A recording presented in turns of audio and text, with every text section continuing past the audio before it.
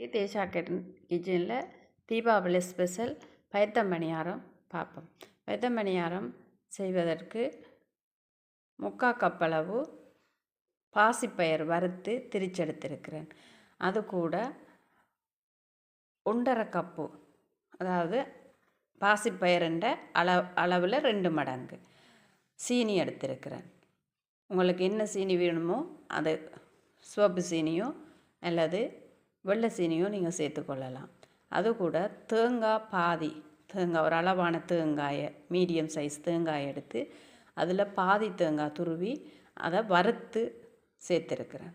அது கூட அரிசி மாவு சீனியின் அளவு, அதாவது 1.5 கப் அரிசி மாவு, வறுத்து திரித்த அரிசி மாவு, வறுத்த அரிசி மாவு, அந்த அரிசி மாவு சேர்த்துருக்கிறேன். அது கூட டேஸ்ட்டுக்கு ஒரு பிஞ்ச் உப்பு சேர்த்துருக்கிறேன்.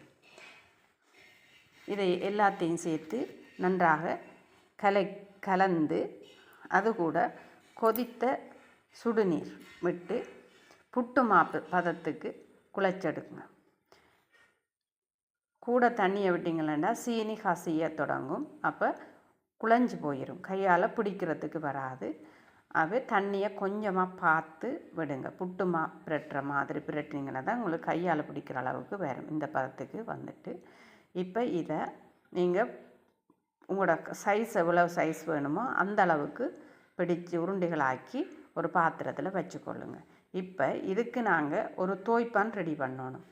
அந்த தோய்ப்பான் ஒரு 1.5 கப்பு பச்சரிசி, வெள்ளை பச்சை அரிசியை மிக்சியில் ஊற வச்சு ஒரு மணித்தியாலம் ஊற வச்சு மிக்சியில் திரித்து எடுத்திருக்கிறேன். அது கூட அந்த கலருக்கு ஒரு பிஞ்சளவு மஞ்சத்தூள் சேர்த்துருக்கிறேன். அதுக்கு கொஞ்சம் டேஸ்ட்டுக்கு கொஞ்சம் உப்பு சேர்த்துருக்கிறேன். இப்போ இதை நார்மல் தண்ணியில் நாங்கள் கரைச்செடுக்க போகிறோம். கரைக்கிறது எப்படின்னா திக்காக நாங்கள் கரைச்சி கொள்ளணும்.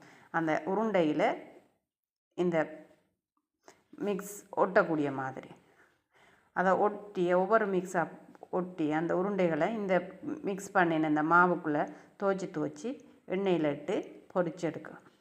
ஷார்ட்டாக இதில் நான் சொல்லியிருக்கேன். உங்களுக்கு விரிவான வீடியோ வேணுமெண்டா நான் இன்னொரு வீடியோ உங்களுக்காக தர்றேன்.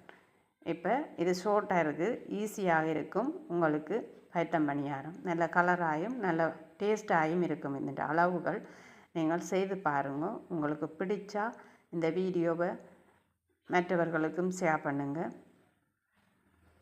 சப்ஸ்கிரைப் பண்ணுங்கள். மீண்டும் ஒரு வீடியோவில் உங்களை நான்